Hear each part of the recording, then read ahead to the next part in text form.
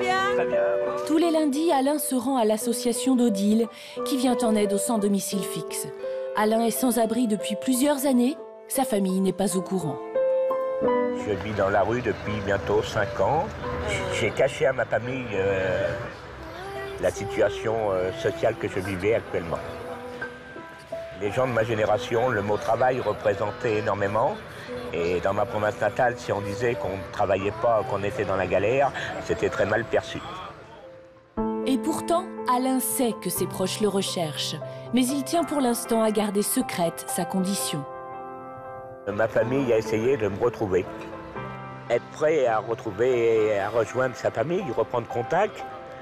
Il faut avoir le courage de dire pour quelles raisons vous avez vécu dans la rue, pour quelles raisons vous avez quitté votre travail, que vous avez tout quitté. Et vous vous sentez pas la force encore? Actuellement, non. Comme Alain, certaines personnes ont choisi de ne rien dire, de garder pour elles leurs blessures, s'enfermant dans le secret. Il arrive parfois que cela tourne au drame. Bon nombre de faits divers se font l'écho de tels destins. Ainsi, l'histoire de Serge D, mort cet hiver d'avoir gardé pour lui son secret. Ce soir, la solitude et la détresse ont un nom, Serge. Il n'avait pu se résoudre à dire sa honte, son chômage à sa famille. Il en est mort. Le secret est une protection. La première protection semble être celle de l'entourage, c'est-à-dire je ne veux pas vous faire de mal, je ne veux pas vous décevoir. Ce qui se cache à l'arrière de cela, c'est la protection de soi-même. On cherche à se protéger en maintenant une identité, quitte à ce qu'elle soit fausse, pour continuer à être apprécié ou continuer à être aimé des autres. C'est pour cacher à sa famille qu'il avait perdu son emploi que Serge, 43 ans, est mort d'hypothermie le 16 janvier dernier. Il prétendait à sa compagne qu'il avait retrouvé un emploi 3 nuits par semaine. Il a été retrouvé sans vie au petit matin, sur un parking à quelques dizaines de mètres de son domicile. Si le secret est parfaitement imperméable, la détresse peut devenir de plus en plus grande, surtout si la situation difficile s'éternise. Et on voit comme ça certaines personnes se déprimer et ça peut mener au suicide, malheureusement. C'est l'histoire du mari de Marie-Paul. Endetté jusqu'au cou, il cachera ses problèmes pendant 10 longues années avant de se suicider d'un coup de revolver le 22 juin 1996. J'ai su l'ampleur des dégâts, les dettes qu'il avait pu faire le lendemain de sa mort. Il est parti avec son secret puisqu'il ne m'a jamais dit à quoi elles correspondaient toutes ces dettes. Au total, plus de 150 000 € de dettes. Une somme dont Marie-Paul ne connaîtra jamais l'origine. Pourquoi tu ne m'as rien dit? Pourquoi tu m'as tout caché? Même si je t'aime, même si tu m'as demandé de te pardonner, je ne peux pas te pardonner parce que j'ai toujours ce point d'interrogation au-dessus de la tête. 24 années de mariage et de bonheur, durant lesquelles Marie-Paul ne se doute de rien. Elle assume son rôle de mère auprès de ses 3 enfants. Lui gère le budget de la famille. Un train de vie plutôt confortable, des vacances régulières ne laissant soupçonner aucun problème d'argent.